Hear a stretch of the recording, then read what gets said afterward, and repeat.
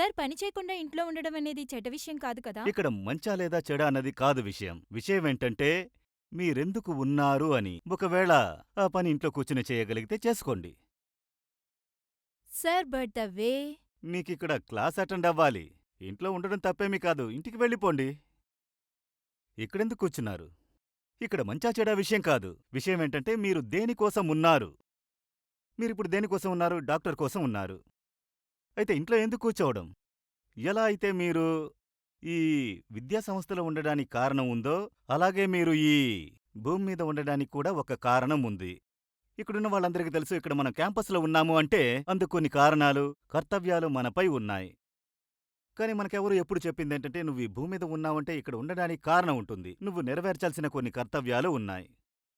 అందుకే మనం ఇంట్లో కూర్చుంటే తప్పేంటని అడుగుతాం. ఇప్పుడు కూడా వెళ్ళి ఇంట్లో కూర్చో, తప్పేముంది? మనం ఇక్కడికెందుకొచ్చాం? అరే, ఒకవేళ నువ్వింట్లో కూర్చుని చేస్తున్న పని నీ జీవితానికి అందాన్ని ఇస్తుంది, నీకు ముక్తిని ఇస్తుంది అంటే హాయిగా ఇంట్లో కూర్చో. విషయం ఇంట్లో కూర్చోవడం కూర్చోకపోవడం గురించి కాదు. కానీ నువ్వింట్లో కూర్చుని ఏం చేస్తావో నాకంటే నీకే బాగా తెలుస్తుంది. ఎవరైతే ఇంట్లో కూర్చుంటారో, నేను ఎక్సెప్షన్స్ గురించి మాట్లాడడం లేదు. 1000 మందిలో 5 మంది ఎక్సెప్షన్స్ ఉంటారు. కానీ 1000 మందిలో ఇంట్లో కూర్చుంటున్న మిగతా 995 మంది అక్కడేం చేస్తారు? చెప్పండి, ఏం చేస్తుంటారు? మన స్త్రీలని ఇంట్లో కూర్చోబెట్టి వాళ్ళ తెలివిని ఏ స్థాయికి తీసుకొచ్చామో కనిపిస్తోందా? టీవీలో కేవలం మహిళల్ని లక్ష్యంగా చేసుకుని వచ్చే ప్రకటనల్ని ఓసారి చూడండి ఎలా ఉంటాయో. ఆ ప్రకటనలు ఎలా ఉంటాయంటే, వాటిని చూసేవారి ఐక్యూ 40 కంటే ఎక్కువ ఉండదులే అని అనుకుని వాటిని తీశారేమో అనిపిస్తుంది. మనం మహిళల్ని ఇంట్లో కూర్చోబెట్టి వాళ్ళని పూర్తిగా తెలివి తక్కువగా మరియు మందబుద్ధిగా చేశాం. నువ్విక్కడే ఉండు, వంట చెయ్యి అని అనుకుంటూ వచ్చాం.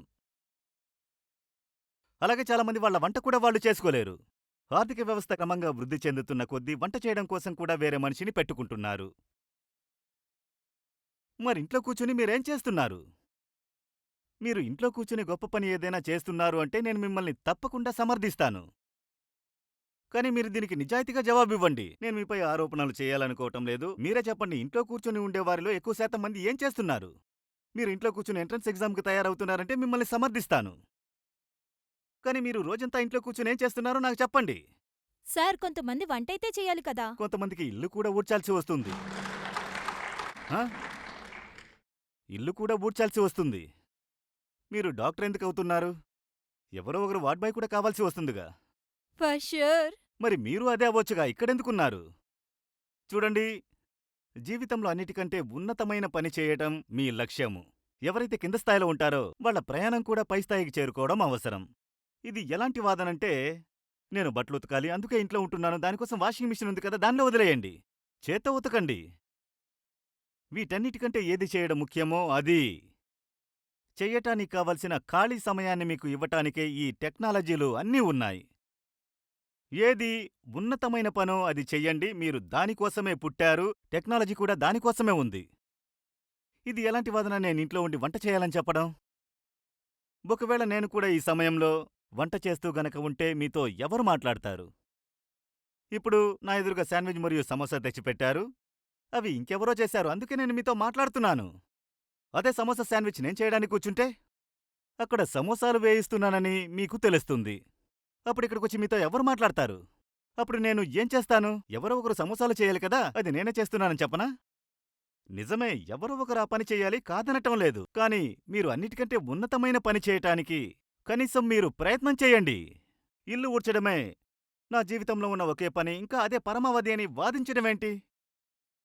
ఇంట్లో వస్తువులను శుభ్రంగా ఉంచడం నా లక్ష్యము. ఏం చేయాలంటే, టేబుల్ మీద కొంచెం దుమ్ము ఉంది, దాన్ని శుభ్రం చేస్తున్నారు, బాత్రూమ్ శుభ్రం చేస్తున్నారు. ఇవి చాలా ఉన్నతమైన పనులని మీరు అనుకుంటే నేను చెప్పాల్సింది ఏమీ లేదు. ఇంక మీరు అవే చేస్తూ ఉండండి. ఇక అక్కడితో ఈ చర్చ ముగిసిపోతుంది. మీలో ఎవరో పిల్లల పెంపకమని అన్నారు కదా, ఇది చెప్పండి. మీరు మీ పిల్లల్ని పెంచే క్రమంలో వాళ్ళని ఏదో ఒక స్కూలుకి పంపిస్తారు కదా? ఏం చూసి ఆలోచించి పంపిస్తారు? ప్లే స్కూలు కూడా పంపిస్తున్నారనుకుందాం. చాలా చిన్న పిల్లల్ని 3 ఏళ్లు కూడా ఉండవు. అప్పుడు మీరు ఈ విషయాలపై దృష్టి పెడతారు. ఏదో ఒకదానికి ఊరికే అలా పంపించరు కదా, ఏదో ఒకటి చూసుకుని ఉంటారు కదా. ఏం చూస్తారంటే, వాళ్ళకి చదువు చెప్పే వ్యక్తి యొక్క స్థాయి ఏంటని మీరు చూస్తారు. అదే చూస్తారుగా. మీరు ఒక విధంగా మిమ్మల్ని అభివృద్ధి చెందడానికే ఇక్కడికొచ్చారు. ఎయిమ్స్‌కి మీరు ఎందుకు వచ్చారంటే చాలా మెడికల్ కాలేజీలు ఉన్నాయి. మీరక్కడికి కూడా వెళ్ళొచ్చు. మీరక్కడికి ఎందుకు వెళ్ళలేదు. మీరు ఇక్కడికెందుకొచ్చారంటే మీరు చదివే చదువుకి తనకంటూ ఒక ఉన్నత స్థాయి ఉంది. అందుకే మీరు ఈ కాలేజీని ఎంచుకున్నారు. ఒకవేళ తల్లి పిల్లల్ని చక్కగా పెంచాలంటే అన్నిటికంటే ముందు తల్లి ఏ విషయంపై దృష్టి పెట్టాలి? తల్లి తన స్థానాన్ని ఉన్నతంగా ఉంచుకోవాలి. కానీ తల్లికి బయటి ప్రపంచం గురించి ఏమీ తెలీదు. కానీ తల్లి ఎవరో ఒకరికి వంట చేసి పెడుతూనే ఉంది. ఇలా అయితే పిల్లల వృద్ధి కోసం ఏం చేయగలదు? కానీ తల్లులందరికీ మేము పిల్లల్ని బాగా పెంచుతున్నామనిపిస్తుంది. కానీ పిల్లలు ఎలా పెరగాలో అలాగే పెరిగి బయటకొస్తున్నారు. ఇది చాలా విచిత్రమైన విషయం. అందరి తల్లిదండ్రులు చాలా బాగా పిల్లల్ని పెంచుతున్నామనుకుంటారు. అలాగే అందరి తల్లిదండ్రులకి ఈ తరం బాగా పాడైపోయిందనిపిస్తుంది. మరి అంత బాగా పెంచినప్పుడు ఈ తరం పిల్లలు ఎలా పాడైపోయారు? మీరు మీ చేతులతో ఈ తరం పిల్లల్ని పాడు చేయలేదా?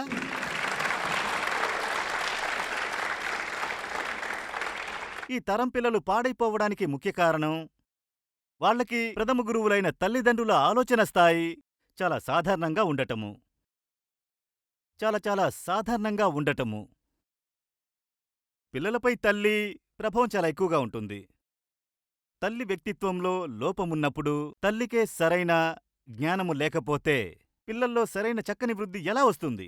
పిల్లలు చక్కగా వృద్ధి చెందాలంటే 24 గంటలు తల్లితో ఉండనక్కర్లేదు. తల్లి బయటికి వెళ్ళిపోతే పిల్లల్ని ఎవరు చూస్తారని అంటున్నారు కదా? చూసుకోవడం అంటే ఏంటి? మీరు బయటికి వెళితేనే పిల్లలు ఎక్కువ సంతోషిస్తారు. మీరు వాళ్ళని దగ్గరుండి చూసుకోవాలనుకోరు.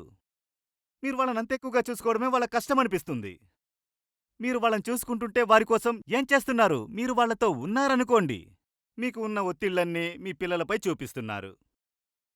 మీకు ఉన్న కష్టనష్టాలు అన్నిటినీ తీసుకెళ్లి పిల్లలపైన రుద్దుతున్నారు. ఇలా చేయడం వల్ల తల్లి లేదా తండ్రి ద్వారా పిల్లలకు మంచి జరుగుతుందా? చెప్పండి, నాకు చెప్పండి. ఒకవేళ నిజంగా తల్లిదండ్రులు అంత బాగా పిల్లల్ని పెంచుతుంటే ఈ సమాజం ఇప్పుడున్నట్టుగా ఎందుకుంటుంది చెప్పండి. తల్లిదండ్రులందరికీ మేము చాలా బావున్నామనిపిస్తుంది. మమ్మల్ని మేము వృద్ధిపరచుకోవాల్సిన అవసరం లేదు. పిల్లల్ని చక్కగా పెంచాలంతే. మీరే సరిగ్గా లేకపోతే ఇంక పిల్లల్ని ఎలా వృద్ధిలోకి తెస్తారు? కాని మేము సరైన రీతిలో లేము అని ఒప్పుకోవటానికి మన అహంకారం ఒప్పుకోదు. అప్పుడు మీరు మేం బానే ఉన్నాం, పిల్లల్ని బాగుపరచాలంటారు. వారు కాస్త పాడయ్యారు. మీరు బానే ఉన్నారు, పిల్లలు బాలేరు, వాళ్ళెలా పాడయ్యారు? ఒకవేళ మీరు బానే ఉంటే వాళ్ళు ఇంతలా ఎలా పాడవుతారు? లేదు, అది పక్కింటి వాళ్ళు మంచివారు కాదు, వాళ్ళు వీళ్ళని పాడు చేశారు.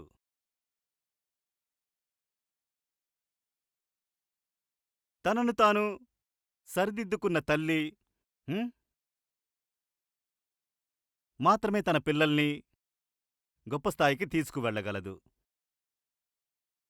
అర్థం చేసుకోవాల్సిన విషయమేంటంటే ఎప్పుడైతే ఒక వ్యక్తి తనను తాను సరిదిద్దుకుని అన్నీ తెలుసుకుంటాడో అప్పుడు పిల్లల్ని కనటం జీవిత లక్ష్యం కాదని తెలుసుకుంటాడు. కాని దురదృష్టమేంటంటే మనుషులు తమను తాము సరిదిద్దుకోరో వాళ్ళు తాము తమ కుటుంబాన్ని పెంచుకునేందుకే పుట్టామని అనుకుంటారు. అప్పుడు ఆ విషయంలో గందరగోళం ఏర్పడుతుంది.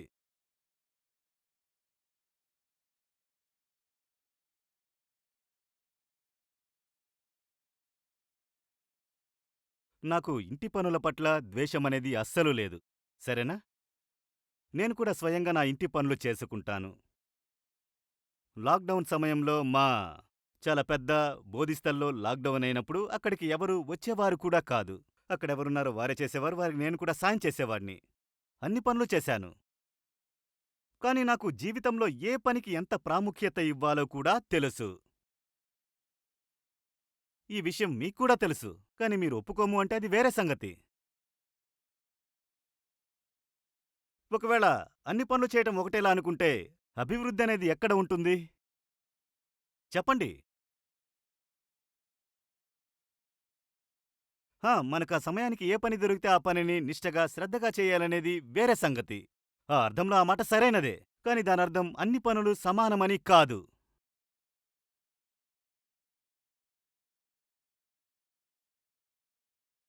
మీరు క్రికెట్ మైదానంలో 12వ ఆటగాడు. అయితే మీరు ఎంతో శ్రద్ధగా డ్రింక్స్ని అందివ్వడం మాత్రమే చెయ్యగలరు. లేదంటే ఒక బ్యాట్స్‌మ్యాన్ ఎవరైనా తన బ్యాట్ బాలేదంటే బ్యాట్‌ని తీసుకువెళతారు. లేదంటే ఆటలో ఒక ఆటగాడు ఔటైన పరిస్థితి రావొచ్చు. 0లో ఔటైపోయాడు. అప్పుడతడు రన్నర్ అవ్వచ్చు. రన్నర్ తెలుసు కదా. బ్యాట్స్‌మ్యాన్ గాయపడ్డాడు. ఇంతకుముందు చాలామంది రన్నర్లయ్యేవారు. ఇప్పుడు దాన్ని కూడా నిషేధించారు. కానీ చెప్పాలంటే మీరు క్రికెట్ అతని రన్నర్ అవ్వడానికి నేర్చుకున్నారా? ఇది కేవలం యాదృచ్ఛికమైన విషయం. ఈ క్షణంలో డ్రింక్స్ తీసుకువెళ్లాలంటే అదే పనిని శ్రద్ధగా చేస్తాను. ఈ క్షణంలో నేను రన్నర్ అవ్వాలంటే శ్రద్ధగా రన్నర్ అవుతాను. కానీ మీరు ఇది కూడా గుర్తుపెట్టుకోవాలి.